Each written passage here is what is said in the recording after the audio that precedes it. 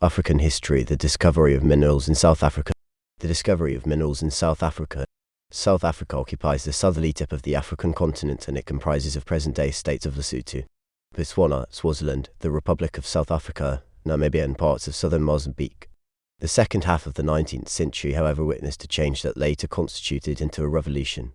The history of the region was characterized of hostility between the British and the Boers. This hostility dominated the second half of the 19th century. The hostility manifested itself in Transvaal and Boer Wars. It should be remembered that the Boers had a large-scale trek to the interior, and several events led to this large-scale movement, but all seem to have been a result of British interference in Boer affairs at the Cape on one hand, and the Boer determination to maintain the political and social independence on the other hand. When the Boers trekked to the interior, they established republics and also found valuable land with minerals. The discovery of minerals in southern Africa fueled the earlier conflicts and hatred, and therefore caused new conflicts. In 1869, Griqualand west of Orange Free State, diamonds were discovered, and shortly after their discovery, the British annexed Griqualand from the Boers, Orange Free State, and this greatly annoyed the Boers. This particularly caused the First Anglo-Boer War of 1880–81. In 1886, another major discovery was made when huge gold reserves were discovered at Witwatersrand in Kimberley, a Transvaal, a Boer republic. The discovery and later the exploitation of gold was envied by the British, who fought tooth and nail to possess these gold reserves. This contributed to the breakout of the Second Anglo-Boer War of 1899–1902 and the Earl Jameson Raid of 1895. Before the discovery of minerals, South Africa had three established races, namely the British, the Boers and the Africans. The pre-mineral discovery life of the races was as described below. The British. They were controllers of the Cape and had annexed Natal in 1846 in order to avoid any danger on the route to India by another power gaining control of the eastern coast of South Africa. The Cape was relatively prosperous with developed trade and good agriculture. She was not yet industrialized, but she had excellent farms and a wealthy population. By the 1852 Sun River Convention and 1954 Bloemfontein Convention, the British had consented to respect the independence of Transvaal and Orange Free State.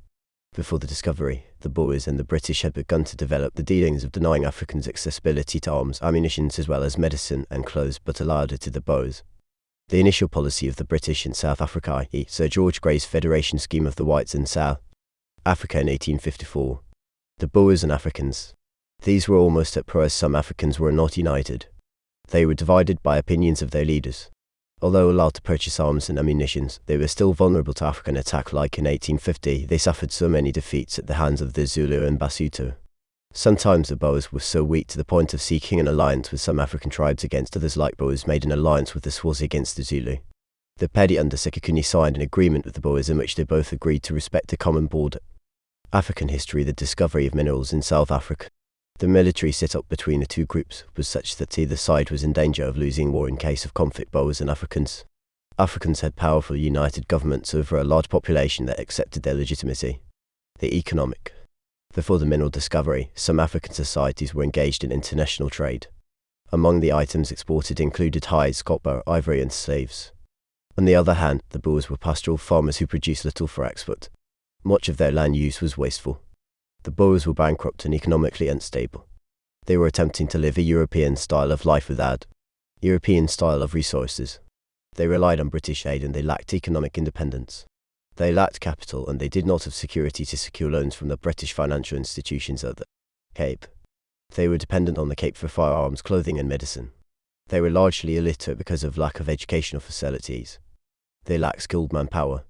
They had a lot of land, but due to lack of capital to invest on it, farming was not better done than the African type. Therefore, before mineral discovery, the white settlers and the Africans had a fair balance of power economically. Social setting. There was no fundamental difference apart from the race. The Boers were a disunited African community developed along the baseless belief in racial superiority. Boers regarded Africans as a backward community best only as drawers of water and hewers of wood. The only advantage of the Boers over the Africans was the unity in language and culture.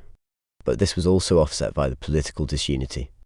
In other aspects of life, Boers could not claim any social superiority over the Africans. Like they lacked hospitals and they were highly susceptible, unlike the African child.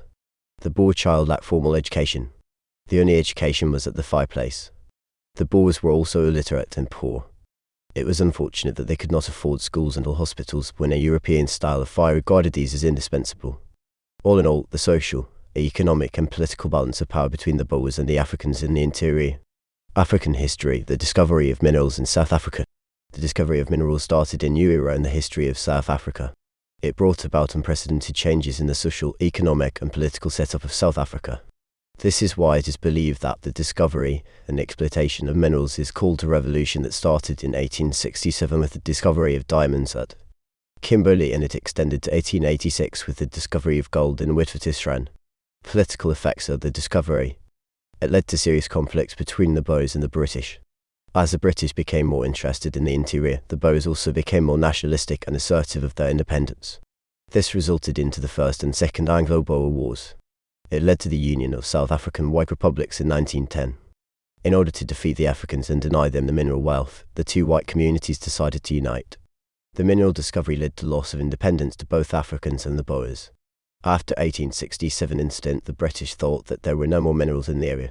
Indeed, later, gold, manganese and uranium were discovered. The British became more interested in the interior, leading to the colonization of the Boer republics in African societies such as the Sotho, the Zulu and Ndebele. There was a change in the political state of the whites, like the Cape started demanding for political autonomy from the British imperial government. On top of this, the Boers were now able to set up organized administrative systems. White communities became militarily powerful. Africans could no longer risk fighting off the Boers like in 1858 the Basuto were able to defeat the Boers. But this history could not repeat itself. Minerals provided finance to the Boers to train their soldiers and equip them with advanced weapons. The British military advanced further. Mineral discovery added fuel to the already burning of scramble and partition exercise of Africa. It is alleged that, following the discovery of minerals, many European powers got convinced that the whole of Africa was mineralized. As a result, European penetration into Africa reached unprecedented levels. As the white interest in the interior increased, the independence of African states became a thorn in the eye of the whites. The British tried to weaken the Pedi under Sekhukhune and the Zulu under Setweyo in order to acquire new lands for the Boers.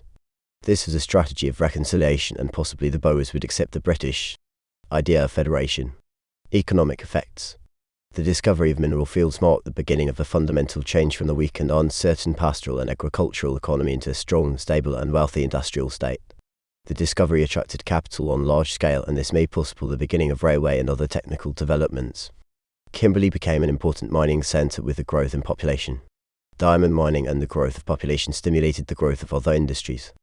Mineral industry stimulated the economy, increased wealth of the country, and attracted more capital for investment, accelerate the pace of modernization, and open new opportunities for employment. African history, the discovery of minerals in South Africa. It led to industrialization in South Africa. The wine industry at the Cape, sugar industry at Natal, light and heavy industries were established. Social effects. It accelerated development of social infrastructure. The education and health sector, schools were set up in health centers. There was racial segregation of blacks, leading to apartheid policy. It destroyed African social fabric movement of the Africans from their homestead to look for jobs. The Afrikaner social status increased. They built schools for quality education. There was increase in standards of living of some African due to employment in mineral areas. There was rural-urban migration due to discovery of minerals, as people were looking for employment, and this